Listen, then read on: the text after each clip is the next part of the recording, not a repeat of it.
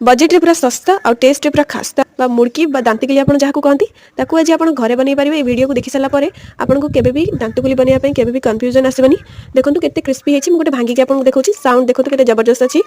ए मुड़की बा दांतकुली टेस्ट बहुत बढ़िया हितला। गोटे कप चावल गुंड नै जिवे ओजन रे 200 ग्राम हबो तार आधा 100 ग्राम बेसन चूना नै जिवे बेसन गुंड नै जिवे सेतिरे किछि फ्लेवर ऐड करिया पई कला राशि लंका गुंड टिके हल्दी गुंड आउ किछि धनिया गुंड आउ किछि जुआड़ी मध्ये पके परिवे। एटी स्वाद अनुसार लूण अल्प टिके देकी टिके गरम पानी टिके गुनगुना लखोसुम गरम पानी टिके आस्ते आस्ते करके ताको छिंचिकी भलो भाबरे टिके चकड़ी देबे। डोटा भलो भाबरे प्रिपरेशन कर देबे। टिके हार्ड डो बनेबे। देखो एबे सॉफ्ट अछि किंतु घोड़े की ताको रखि सला पर 10 रु 15 मिनिट से भलो भाबरे सख्त हे जो शेपटा बनेबी तार पई गोटे प्लेट रे मु तेल ग्रीस करके रखि देछि। एटी स्टार नोजल टाको मध्ये मु भलो भाबरे तेल ग्रीस कर